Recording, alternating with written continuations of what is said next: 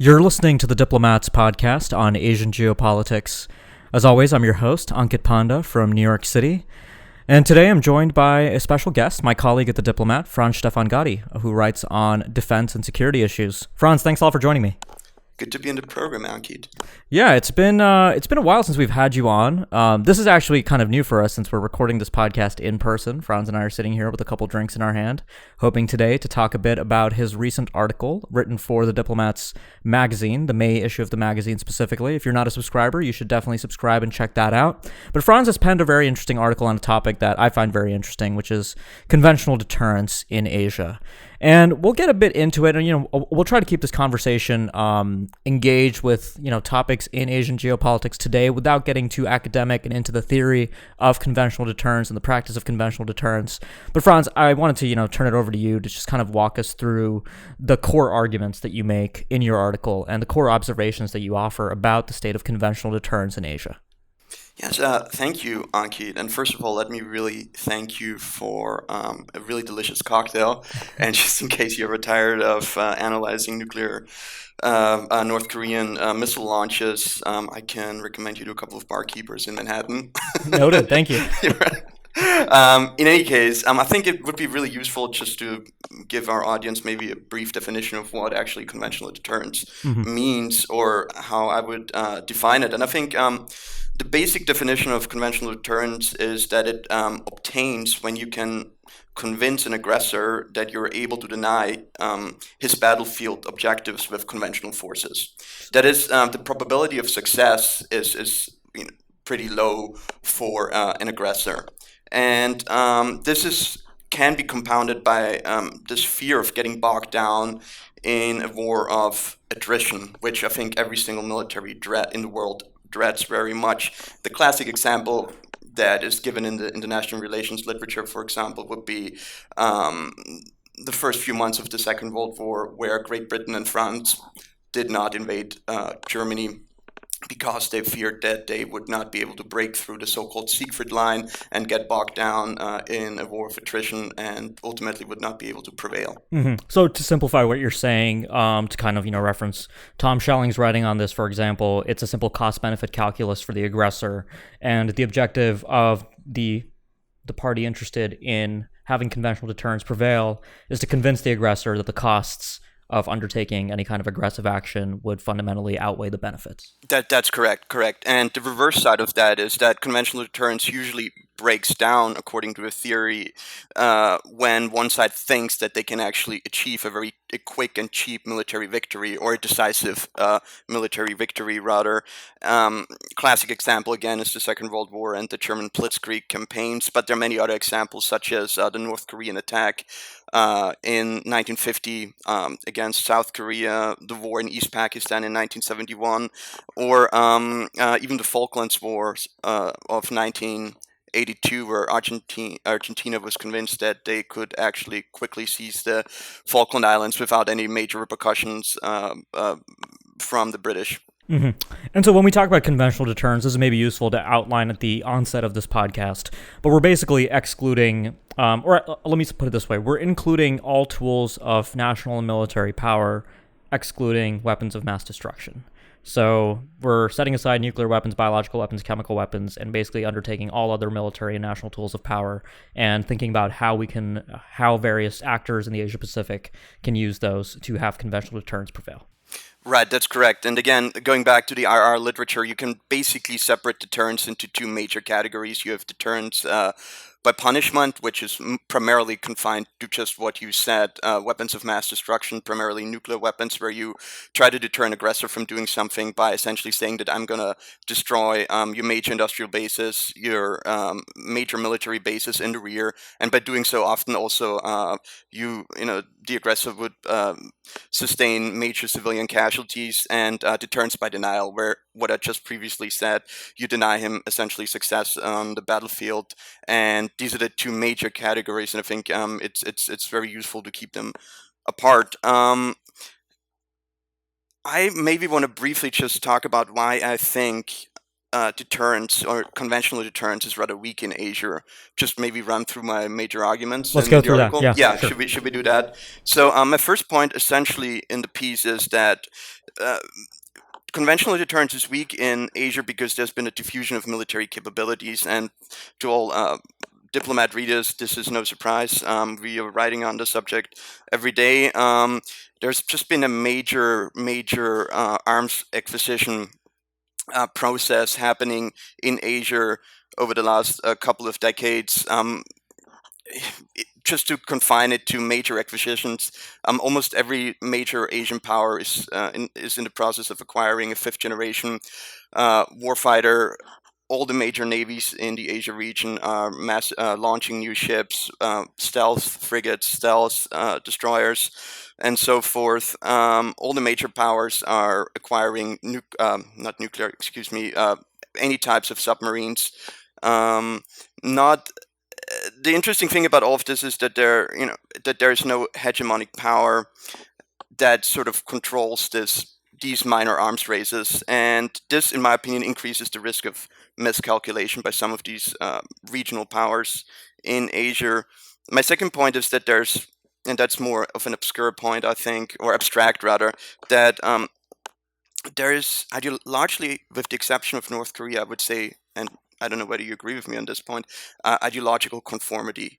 And I think this is really important when we talk about conventional deterrence, because if you don't have a revolutionary power that tries to seize another country's territory and tries to impose its system, I think this also opens up the Pandora's box of military miscalculations. Because if there's no real life and death struggle, I think the cost of defeat, but also victory, is seen as is calculated to be lower. And I think this sort of makes limited war more attractive. And I think that's also reflected in military doctrines. If you look at doctrines of Asian militaries, for example, in China, this idea of the local wars under modern high-tech technology conditions, which is very specifically geared towards, I think, fighting a war for limited aims for a brief period of time. In India, you have the so-called proactive doctrine, or as it's colloquially called, the cold start doctrine. That's also largely a conventional deterrence doctrine to fight a localized war, to seize territory, and seize that territory primarily for the purpose of strengthening India's bargaining position vis-a-vis Pakistan in the event of a conflict. Um, the major issue here, though, is that all of these local wars, of course, can turn into wars of attrition. And my point in the article is that, in that sense, Asia very much looks like Europe in the 18th century during the age of cabinet wars, which lasted for about 100 years towards the end of the end of the 17th century to the end of the 18th century. And you had these gigantic wars in Europe that produced massive casualties. And ultimately also World War One, in a sense, was a war that was started because people thought it was a short, localized war that ended up being a world war. So I think it's a very dangerous trend that we are seeing. The third point, and I'll be very brief on that one, because we've talked about this a lot in the past, and we have many articles on the subject on our website. That it's sort of unclear under what circumstances countries in Asia are actually willing to go to war. I mean, is it really, what's rhetoric and what's really genuine commitment, I think, is the major question here, and that really particularly pertains to fringe territorial disputes, in the South China Sea, or even what we saw last year between China and India in Toklam, the Toklam standoff, which you wrote a lot of stuff on, Keith.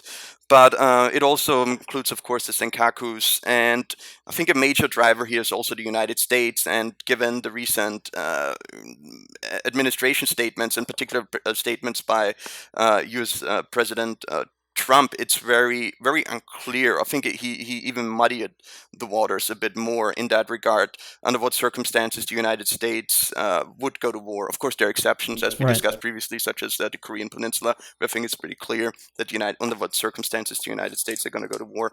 And my last point is that although Asian militaries in general think very, and I think the operative word here is think, very seriously about conventional deterrence, I'm not so convinced that they are actually implementing conventional deterrence postures when it comes to their militaries. When you look at, for example, Japan, which only recently stood up an amphibious assault brigade. And from my opinion, when I look at what Japan has in terms of airlifting capabilities, sea lifting capabilities, there's no way that they can get these soldiers quickly enough to any of the islands in order to really deter China from doing anything in the event of a conflict, to seize the first island chain and so forth.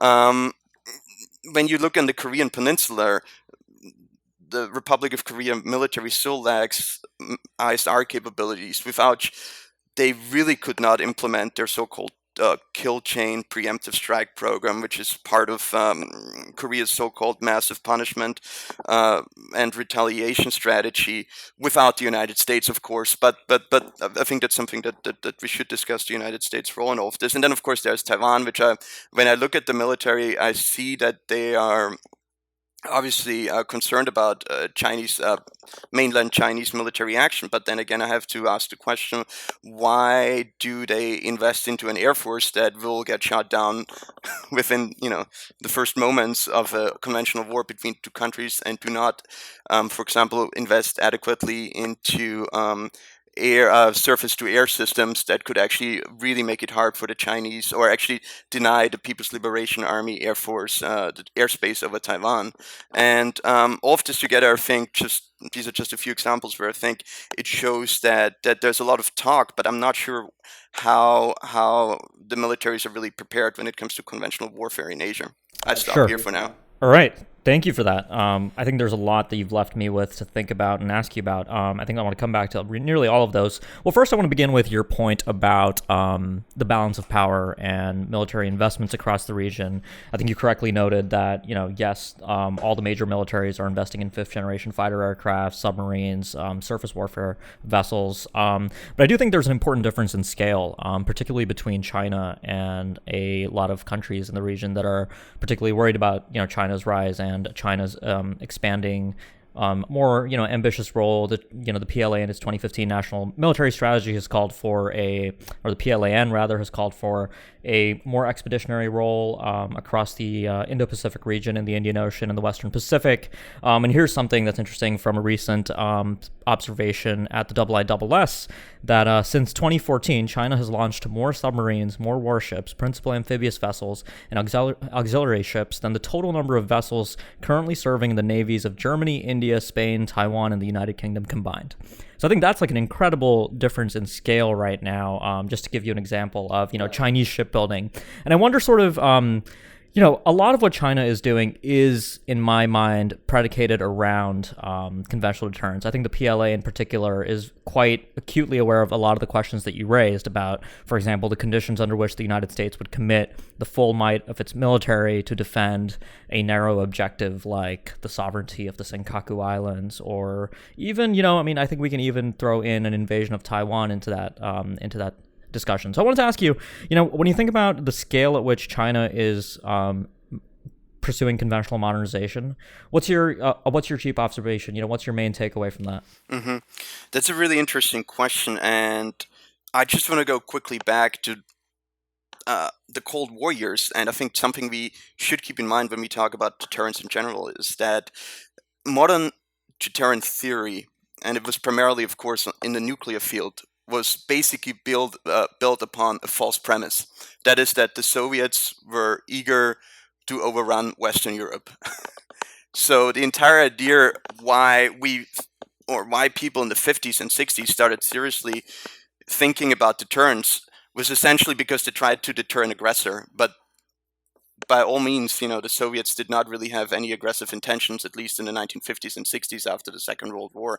That's really fairly well established. And I want to use that example just to say that, yeah, if we assume that China has certain aggressive intentions, then of course we have to pay attention to the shipbuilding and the military expansion of that is occurring. But from my reading, I just think if China is really serious about projecting its power and really aggressively expanding in Asia, I think they would pour much more money and would do much more in terms of you know uh, launching ships and other military capabilities they're doing now. I find it. Of course, there's a major imbalance, but that's primarily because the other countries don't keep up with China, because I don't think they really genuinely are that afraid that China is going to attack them, to put Hmm. it in a nutshell. Well, something else that comes to mind here, and I think you also got at this, when you were talking about like Taiwan's investments in aircraft, for example. A lot of militaries simply don't think about conventional deterrence in the way that the two of us were kind of blessed with the ability to sit here in our armchairs with a cocktail in hand talking about these issues too. I mean, there's, for example, competing bureaucratic interests, democratic changes and priorities in a lot of these countries that affect how costs are allocated. India, I think, is a perfect example of a very dysfunctional defense procurement process for a variety of reasons. I mean, all of these kind of bureaucratic factors, everything else that comes into play can really warp our understanding. And of course, there are kind of national prestige and considerations as well. And I think this is something that a lot of people point to with, for example, China's pace of shipbuilding that could I think this is actually a very valuable question that you hint at, that I think a lot of analysts in the United States maybe take for granted, that what China is doing with the shipbuilding force is perhaps the best way for it to build out its Northeast and South Sea fleets. But could China be spending its resources more thoughtfully if it actually did have more aggressive intentions in the Indian Ocean, for example? Would it make sense for China to be investing more in attack submarines than frigates, I think etc.? that's a very valid point. I think just if we really think that China, there's like a big warfighting strategy behind all of this, I don't think China would be building aircraft carriers, for example, which are immensely vulnerable to any sorts of attacks by the United States and its allies. And so I don't think that this is I think one indication why I don't think that these the intentions are aggressive. And I'm only mentioning this in the context of conventional deterrence because, of course, the basic premise of conventional deterrent theory is that you're deterring an aggressor.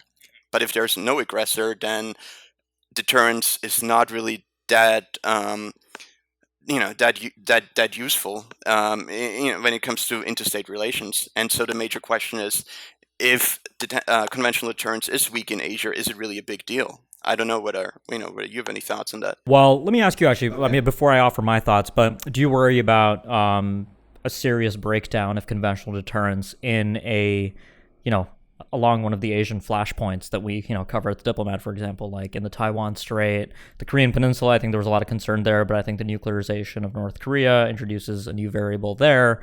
South Asia has always been interesting since, as you noted in your article, we have, one of the more prominent examples of two nuclear-armed states engaging in a conventional conflict in 1999, the Kargil War. So broadly, when you look at the conventional deterrence, the state of conventional deterrence across the Asia Pacific, do you worry about a potential breakdown and the breakout of conflict? Well, I think it's our profession to be constantly worried about a conflict breaking out. I think that's the nature of being a defense analyst. We have to be pessimists in many ways when we look into the future. In general terms, I'm not as worried, eh, to be honest, just because I feel that these sorts of military competitions that we are seeing right now in Asia, they're fairly organic. These things have been going on for a couple of decades. And just think about the fact that the last time that the Chinese military has seen any military action was in 1988. So you could actually say we have weak conventional deterrence in Asia, but we haven't really seen a major war that occurred in many, many years in Asia. So I think this could be one indication that it's not something to be worried about. At the same time, there are obviously issues with the United States being seen as a power that is slowly uh, withdrawing from Asia, or at least disengaging from Asia. The United States is obviously an Asian power and will remain so, but still, this idea that we can't really be sure about U.S. defense commitments, for example, I do think this adds a little bit of volatility to the whole mix that wasn't there a couple of years ago, before the Trump administration, and even before Obama, frankly, because even with Obama, despite this pivot to Asia, I think a lot of Asian states were very worried about what the United States is really committed to do in support of its regional partners and allies. Mm-hmm. Well, so we're coming up sort of on the end of our time today, but I think the way I want to end this discussion today is talk about the conditions under which the United States would commit to military action in the Asia Pacific, most probably against China. This is a topic that I think merits serious attention. Just this week, we have new reports of China emplacing cruise missiles and anti-ship cruise missiles and anti-air systems on the Spratly Islands, despite the United States' best efforts to demonstrate its presence in the South China Sea. Clearly, that's been insufficient. So have U.S. public statements in support of freedom of navigation. Recently, in January, I was fortunate enough to be in Tokyo, where I participated in a grand strategy simulation looking at a range of contingencies in the Asia Pacific, and in the simulation that I participated in, the team playing the United States chose not to commit to U.S. military action when it became quite apparent that China would credibly succeed in an invasion of Taiwan, for example. And that's one of the situations that I personally worry about quite a bit between now and 2049, right? That's a stated Chinese objective for the centennial of the founding of the People's Republic, is to forcibly unify Taiwan with China. But, and then I found out that at the end of that simulation, over the course of several years, the teams playing the United States would often find it just impossible to forge a national interest rationale to commit U.S. blood and treasure to the defense of many of these objectives. And this is a fundamental question underlying a lot of questions about allied commitments for the United States, right? I mean, South Korea is an interesting example because, we have 28,500 U.S. troops on the line functioning effectively as a tripwire with them and their families, that by putting U.S. troops in the line of fire of North Korean missiles, the United States' commitment to South Korea becomes a lot more credible, which is partly why I also worry about the Trump administration's recent comments about potentially withdrawing troops or significantly reducing. Are you actually worried about that? The troop withdrawal? Like what? I think, yeah. I mean, just to go on an aside on that, I think the gamut of potential outcomes of the Trump-Kim summit is wider than I ever thought it would be. I mean, in my head, when we heard about this summit in March, I assumed that by the time we got to early May, we would have a narrowing of objectives and we'd have better information about what the United States was looking for. In fact, I think we've had the opposite. We've had a broadening of potential outcomes. I mean, now we even have reports that the United States and China are considering a grand bargain involving the withdrawal of U.S. missile defense assets. But anyways, going back to this question of force commitment. Yeah, so, I want to ask you, you brought up the Senkaku Islands. Let's talk about, Second Thomas Shoal, Scarborough Shoal in the South China Sea. Let's talk about, I think the Korean Peninsula, I think, is one of the least ambiguous instances of this right now, given the U.S. presence. I agree, yes. And then, we have all of this talk of a free and open Indo-Pacific, which I think, gets into other issues in the Indian Ocean region. But certainly with U.S. allies, with these areas where China has been quite successful with salami slicing tactics. What's your understanding at the end of the day? I mean, taking into account U.S. Domestic politics, for example, justifying to the American people that it's critical for the United States to expend resources in defending, Second Thomas Shoal or Scarborough Shoal would be quite difficult, I imagine. So does that sort of pose an intractable problem for conventional? Right. I mean, so a couple of ways to answer the question. First of all, I want to say that this historically has never been a problem for U.S. presidents, really up until Vietnam, to justify intervention in an obscure place in the world. Frankly, because the American people don't really care, and by the time they wake up that there has been some military action, it's often too late, and the United States is committed, and U.S. troops have already been killed, and that sort of creates a self-perpetuating cycle when it comes to military conflict. I think it goes back to how we started the conversation, just the fact that how much can you actually do with nuclear deterrence, in the sense that how is the U.S. nuclear arsenal really deterring high-intensity conflict or actually conventional warfare? Because, of course, we didn't really address the connection between conventional deterrence and nuclear deterrence just yet. I think that's something that maybe something we can talk about during another podcast. I think, obviously, precisely in order to undermine conventional deterrence, China has created those gray zone coercion scenarios where they try to push towards their objectives, really below the threshold of military conflict, precisely for the reason that I do think they fear conventional American forces or Japanese conventional forces. I do think there's something to be said about conventional deterrence in general. I think nuclear deterrence has overshadowed the destructive capacity of a lot of, well, essentially of conventional armies, conventional navies, and conventional militaries. And I think this is something that we're going to see in the next couple of years and decades, this sort of merging of conventional with nuclear deterrence, just because of the advances in terms of conventional payloads, precision strike capabilities of all the major militaries in Asia. And I think it's an interesting discussion to have on a theoretical basis, but I think it will have some real-time implications for policymakers. And I don't think you can, at some point, you can do a lot of the things that you were only able to do with nuclear deterrence through conventional deterrence, because the destructive power of conventional weapons is only increasing. So I think one argument would be that this is actually strengthening conventional deterrence, and therefore the Chinese are doing precisely what I think any other state would be doing who, is considered to be a revisionist power and has, wants to expand its influence and really wants to seize territories that they think are rightfully theirs. At the same time, I do think, I'm worried that, whenever you play with fire, at some point, certain things are going to start catching fire, right? And so I think it's a very dangerous game that China is playing, and I think for all the other reasons I described in my article, if conventional deterrence really breaks down, I do think it is a much more dangerous world that we will wake up to in Asia and in the rest of the world. Mm-hmm.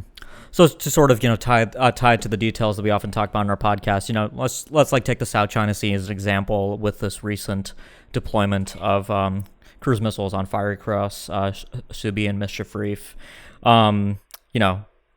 The United States has been conducting freedom of navigation operations, even freedom of navigation operations asserting high seas freedom around Mischief Reef. We now kind of enter into this interesting new era where, we could have a YJ-12 anti-ship cruise missile, locking radars with a U.S. destroyer, raising the stakes considerably. Do you worry about conventional brinkmanship in the South China Sea? And absolutely, yes, no, absolutely. I really do, and it's not just that; it's more subtle stuff like jamming, for example. I mean, is jamming considered an act of? I mean, what's the definition? Do you know? I don't specifically know, but and they do have electric warfare equipment. Exactly, so this is the sort of stuff that you really have to be very careful. Right. And again, it's going to be, for us people, it's really going to be an interesting couple of months just to see what is happening there, because we can test a lot of the theories that we've been thinking about when it comes to the initiation of conflict and military confrontations. But I am very worried about that, just because once you have navies that close with offensive weapons, a simple mistake can really trigger a lot of bad things. Right. Fortunately, we do have a lot of reports of the interactions between U.S. and Chinese crews still being professional and collegial for the most part in the South China Sea. Actually, a lot of the sailors from both sides even sort of know each other when they interact, because the communications crews are often the same people. Right. So that's like the one saving grace. And we do have, the Q's protocols and all that. But, this example in Djibouti recently of the blinding laser weapons. You wrote about that yesterday. Yeah, that's been that's also concerning. It just shows, I think, a new level of risk tolerance among the Chinese People's Liberation Army. No, and they're really trying to establish facts on the ground, and I think they're really, really consistent in their approach, and I think that's something that you as policymakers have to think about seriously. Absolutely. Well, hey, Franz, thanks a lot for joining me today. Thank you very much, Ankit. Absolutely, yeah. We'll have to do more of these podcasts over drinks. Yes, and I think I'm ready for a refill. So. All right. So I guess with that note, thanks a lot for listening to the podcast. If you like what you heard, make sure you subscribe so you can get future episodes. And if you've been a subscriber for a while but you haven't left us a review, please do so on iTunes. It really helps get the word out about the show. Thanks a lot for listening, and we'll be back next week with more.